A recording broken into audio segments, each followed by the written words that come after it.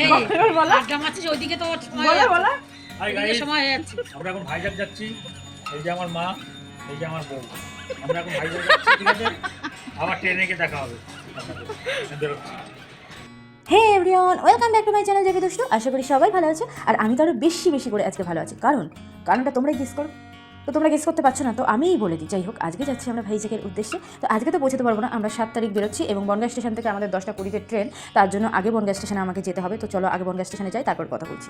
Finally কিন্তু Bongaon station থেকে 10টা 20 ট্রেন ধরে প্রায় 2 ঘন্টা অতিক্রম করে চলে আসলাম শিয়ালদা স্টেশনে। যাই হোক না কেন, শিয়ালদা স্টেশনে এসে শিয়ালদা স্টেশন থেকে বাইরে বেরিয়ে এরকম তোমরা পেয়ে যাবে অটো স্ট্যান্ড বা ট্যাক্সি স্ট্যান্ড, যেটাকে ক্যাব বলে। তো তোমরা এখানে এসে টিকিট কেটে বুক করতে পারো বা মোবাইল থেকেও অনেকে বুক করে নিতে পারো। আর এখানে একটা ক্যাব প্রতি কিন্তু 350 টাকা করে নেয়, আর একটা ক্যাবের মধ্যে কিন্তু তোমরা 4 জন যেতে পারবে। 4 জনের বেশি কিন্তু এরা অ্যালাউ করে না। তো আমরা এখান থেকেই বুক করে নিয়েছিলাম এবং চটজলদি করে 4 জন উঠে পড়েছিলাম। তারপর ক্যাবটা কিন্তু ছেড়েও দিয়েছিল। তো চলো গন্তব্যস্থলে যাই, মানে শালিমারে যাচ্ছি, সেখানে যাই। শালিমারে গিয়ে তারপরে তোমাদের সাথে দেখা হচ্ছে।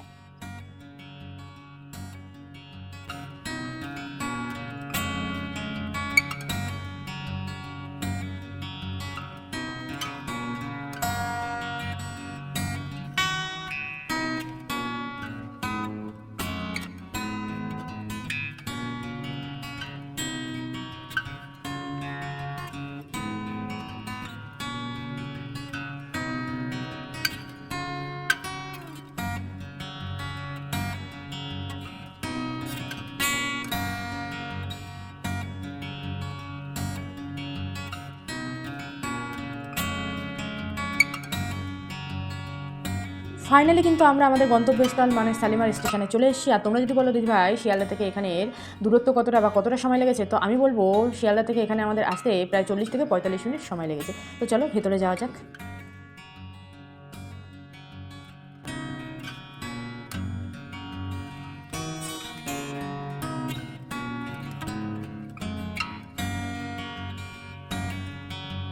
স্টেশনের ভেতরে এসে জানতে পারলাম আমাদের প্ল্যাটফর্ম পড়েছে 3 নম্বরে। তো তার জন্য ভেতরে যেতে হবে আমাদেরকে।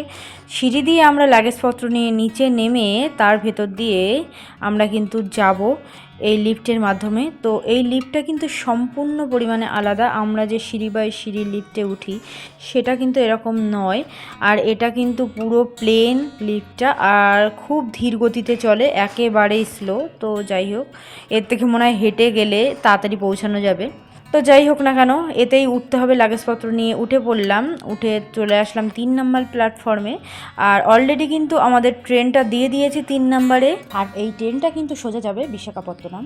আর আমাদের ট্রেনের কম্পার্টমেন্ট ছিল B6।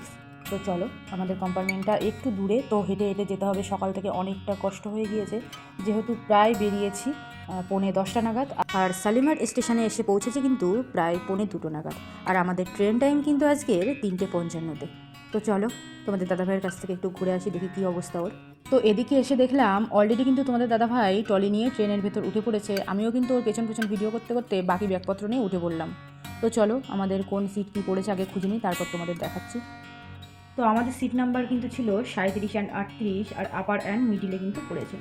তো এগুলোই ছিল আমাদের সিট নাম্বার, আর এটাই ছিল আমাদের সিট। তো চলো এবার গুছিয়ে গাছিয়ে নিই সব কিছু, তারপরে ফিরে আসি তোমাদের সাথে। তো অলরেডি কিন্তু আমাদের ব্যাগপত্র মোটামুটিভাবে গোছানো হয়ে গিয়েছে। তারপরে একটু বসে গল্প করছিলাম, তারপর ভাবলাম দুপুরে খাওয়ার পরে তো কিছু ফল খাওয়া হয়নি, ব্যাগে তো কলা রয়েছে। তো চলো সেটাই খাওয়া যাক। তোমাদের দাদাভাইকে একটা দিলাম আর আমি একটা খেলাম, কলাটা ভালোই ছিল মোটামুটি।